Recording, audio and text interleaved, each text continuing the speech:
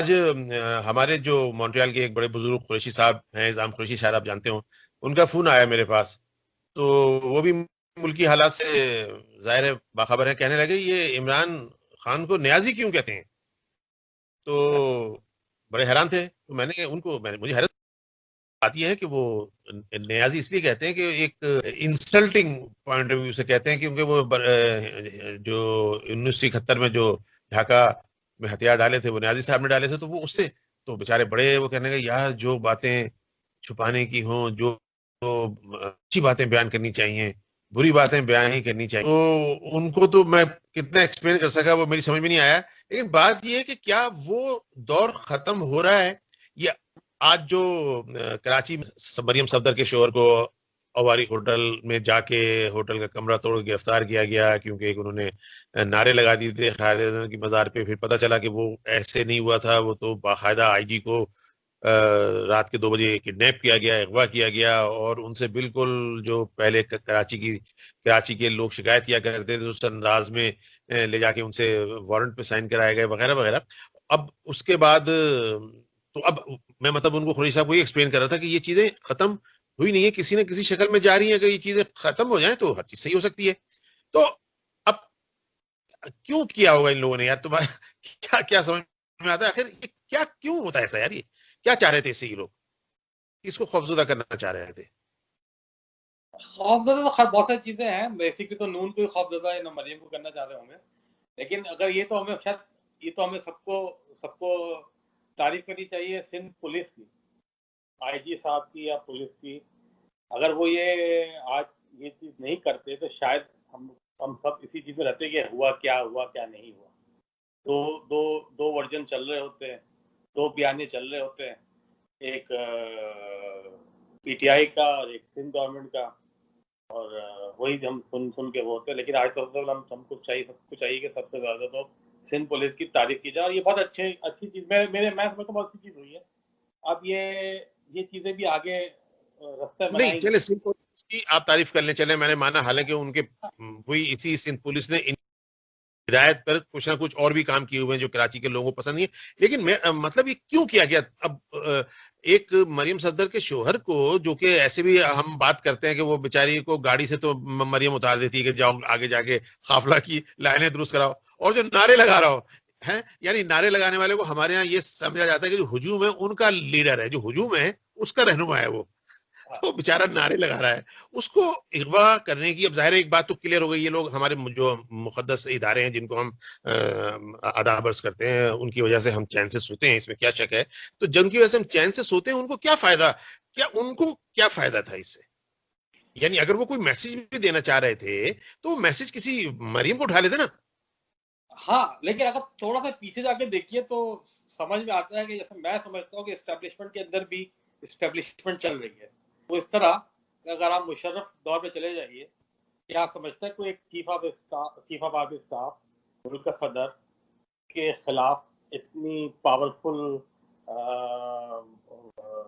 Lawyers वकीलों के level के ऊपर, हाँ वकीलों के लेवल की हाँ इतनी हाँ पावरफुल तहरीक, और मुशर्रफ उसके आगे दब गए।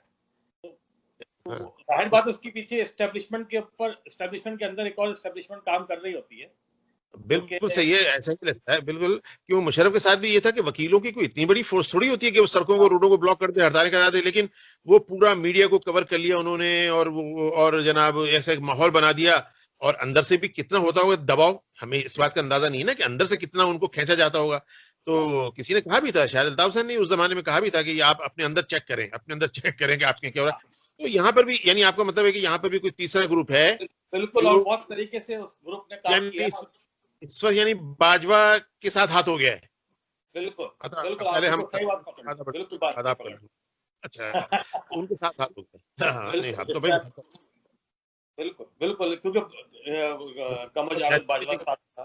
देखिए, अगर अगर अगर जनरल बाजवा के साथ कोई ऐसी बात हो रही है तो हम इसकी पुरजोर मजम्मत करते हैं, क्योंकि देखें वो हमारे सर पे सालार है।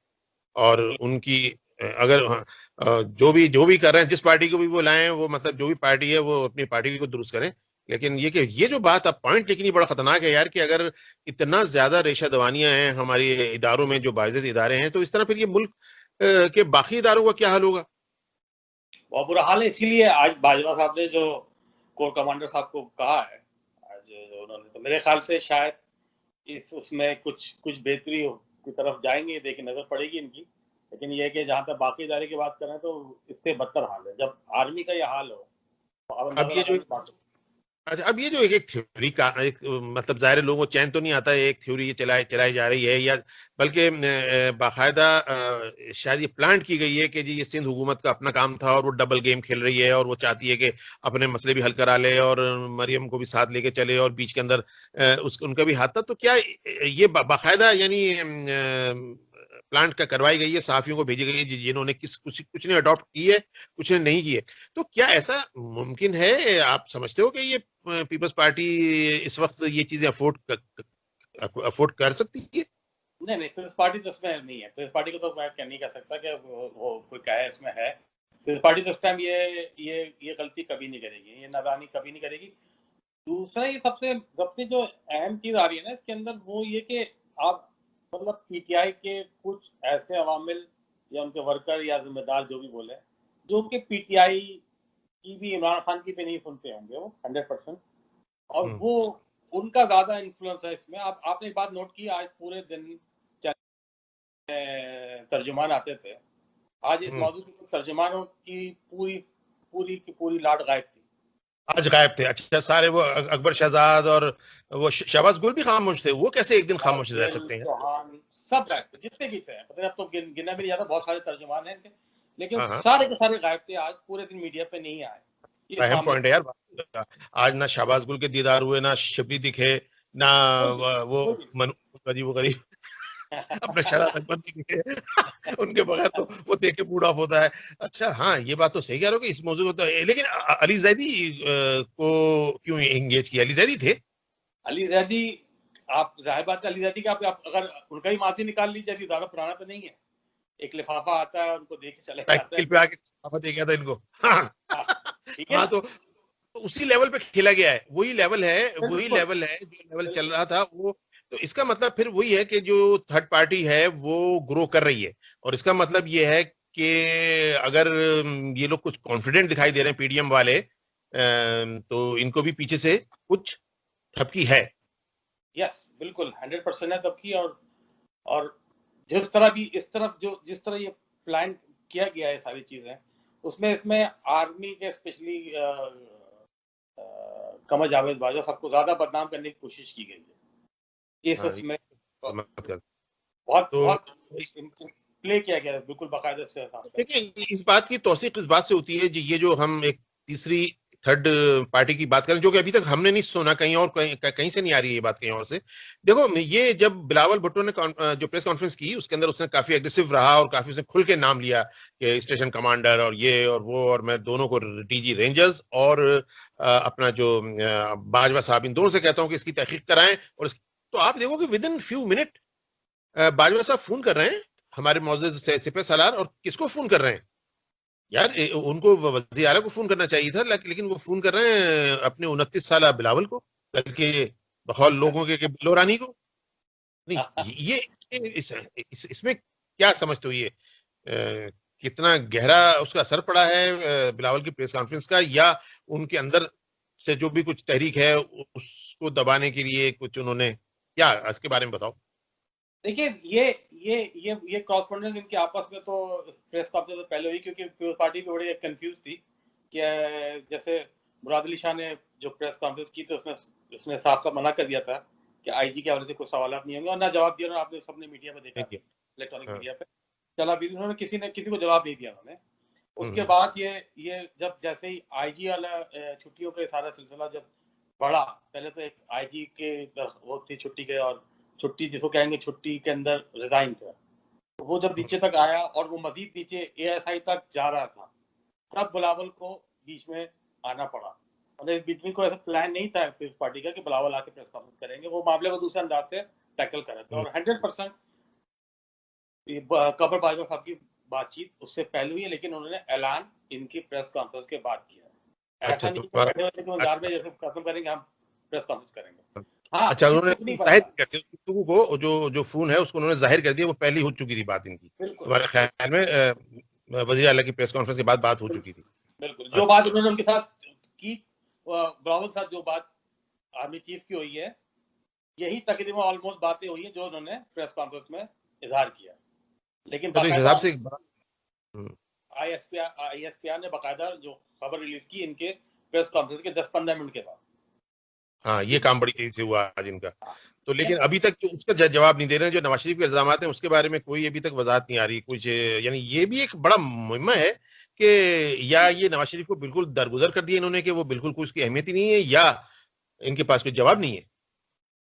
नहीं, जवाब तो है लेकिन माहौल नहीं बन रहा है इनका, क्योंकि हर हर हर कोई अपने अपने उसको कहते हैं ना पत्ते सेट कर रहा है।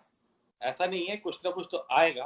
अब वो जवाब की शक्ल में आएगा या किसी और शक्ल में आएगा, कुछ ना कुछ तो होगा, और वो आइंदा चंद दिनों में ही होगा। क्योंकि ये जो चीजें हो रही हैं इसमें बहुत बहुत कंफ्यूजन माहौल सियासत में पैदा हुआ है, सियासत वर्सेस एस्टेब्लिशमेंट, जो बहुत खतरनाक मोड़ पे चली गई ये चीजें। लेकिन आहिस्ता आहिस्ता इसको सॉल्व करने के लिए दोनों तरफ से ही रोल प्ले किया जा रहा है, जो कि एक थर्ड पार्टी जिसको कहते हैं, जो वो बीच में पड़ी हुई है, और मामला तो हो रहा है। मामला ऐसा नहीं है कि ये कोई मामला को बढ़ाना चाह रहे हैं एस्टेब्लिशमेंट या सियासतदान चाह रहे हो। मैं नहीं समझता, सियासतदान तो कभी नहीं चाहेंगे। और जहाँ तक एस्टेब्लिशमेंट है, क्योंकि एस्टेब्लिशमेंट इस टाइम सबसे ज्यादा जो प्रॉब्लम का शिकार हो रही है वो एस्टेब्लिशमेंट हो रही है। तो एक बात और, एक बात महसूस नहीं कर रहे हो ये कि ये कराची के अगर महाज पे देखें तो ये पीछे से लंदन से खामोशी नहीं है? इतने अहम मौजू के ऊपर लंदन खामोश नहीं है? हाँ, बिल्कुल खामोश है। इसकी वजूहत है ना ये बातचीत का। मैंने कहा ना कि जो बीच में लोग मुलविस हैं, जो दोनों तरफ मामले को सेटल कर रहे हैं, वो अभी चाह ये रहे हैं कि दोनों तरफ से कुछ मजीद अब गोलाबारी ना हो। तो इस